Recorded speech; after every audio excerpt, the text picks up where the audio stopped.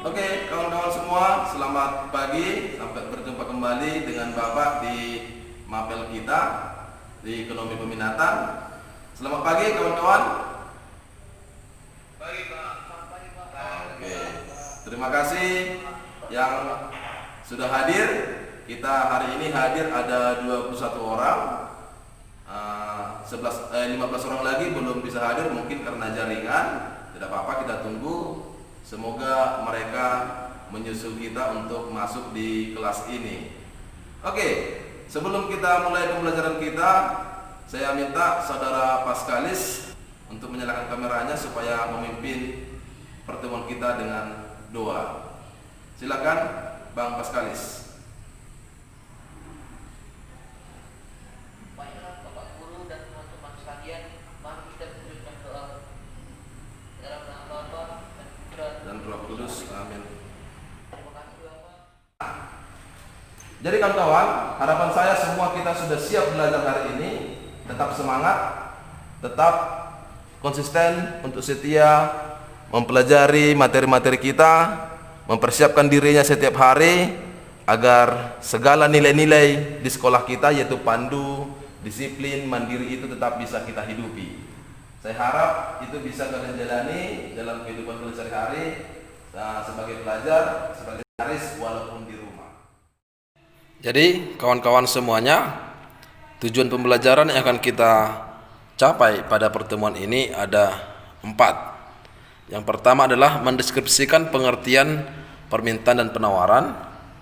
Kemudian yang kedua adalah bagaimana kita nanti mampu menguraikan faktor-faktor yang mempengaruhi permintaan dan penawaran itu.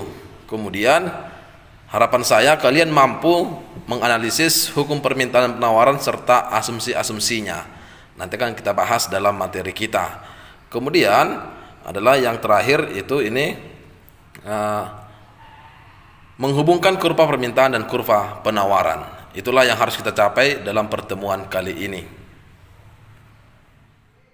Oke, kawan-kawan semuanya, ialah materi kita permintaan dan penawaran akan Bapak awali nanti dari video sebenarnya, tapi kita mulai dulu dengan memahami gambar berikut ini.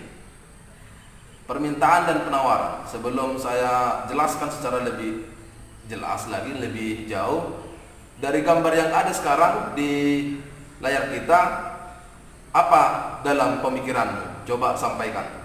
Siapapun boleh, silakan. Langsung silakan. Apa yang ada dalam pikiranmu tentang gambar yang kita lihat sekarang di layar kita masing-masing?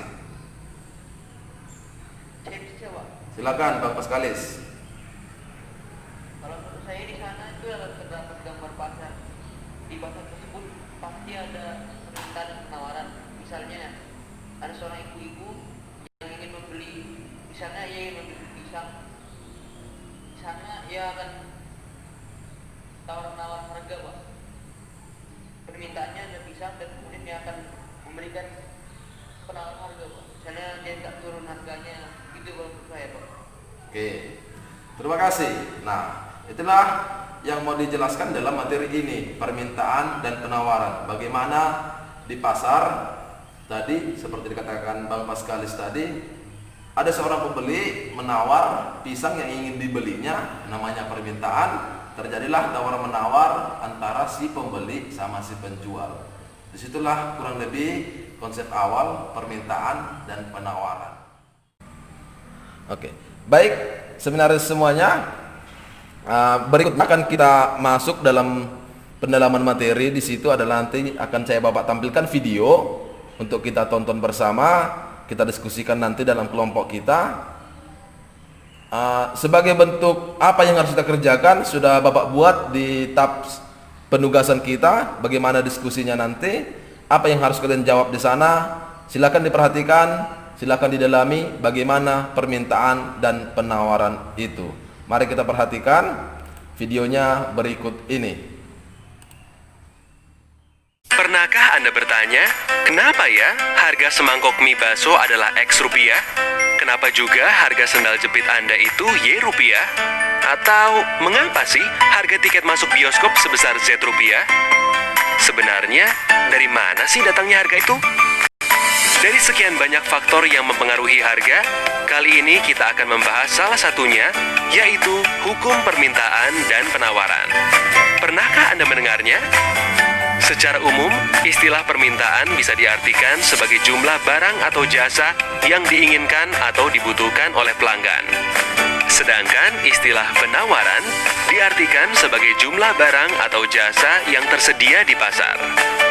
Lalu, Oke, kawan-kawan semua, tadi sudah kita tonton bagaimana video permintaan dan penawaran.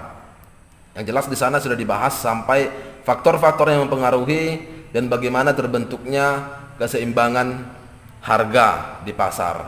Nah, sekarang sebelum kita diskusi ke kelompok, saya minta dulu tanggapannya 1-2 orang dari video tersebut. Kira-kira apa yang kamu bayangkan tentang permintaan dan penawaran? Pak, Oke, ya.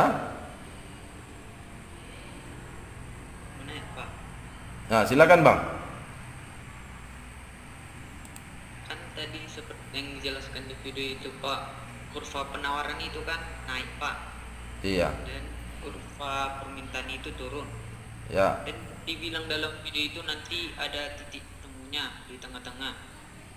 Nah, yang di tengah-tengah itu, Pak, sudah termasuk keuntungan bagi penyuplai barang sama penjual barang sama yang apa, Pak, pembeli, Pak, udah sama-sama untung di situ semua, Pak. Oke. Nah, untuk berikutnya saya minta dari hasil diskusinya tadi atas materi kita, coba kelompok pertama menyampaikan bagaimana itu dengan hukum permintaan. Silakan disampaikan.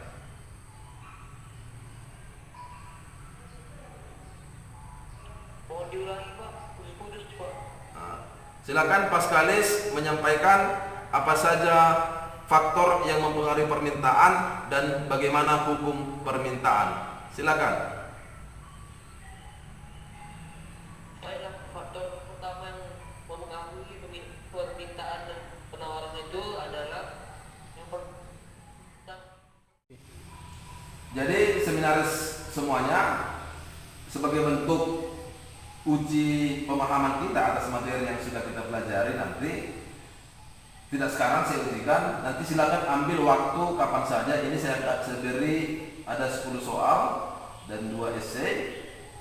Ini dijawab langsung online. Ya, ini langsung dijawab online. Waktunya 6. Baik, teman-teman, materi kita sudah tersampaikan semuanya untuk pertemuan hari ini. Nah, sebelum kita tutup pertemuan kita, maka saya minta 1-2 orang untuk menyampaikan apa kira-kira yang sudah kita dapat dari materi tentang permintaan dan penawaran ini. Walaupun masih pengantar awal, belum terlalu mendalam, silakan siapa yang bisa menyampaikan hasil kesimpulannya sendiri atas materi yang sudah kita pelajari. Silakan.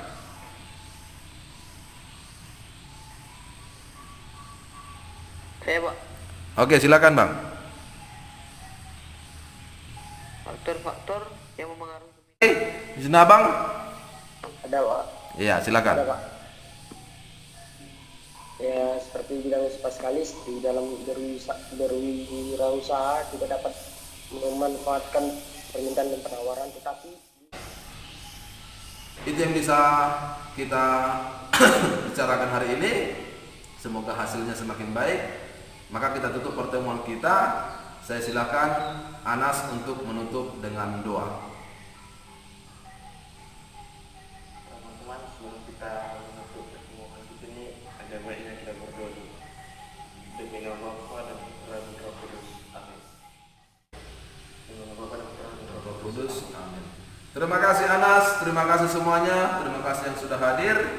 Jangan lupa juga teman yang tidak masuk dibagikan pengetahuannya supaya semakin bagus materi yang sudah dipelajari. Terima kasih, sampai jumpa minggu depan. Selamat pagi semuanya kawan-kawan.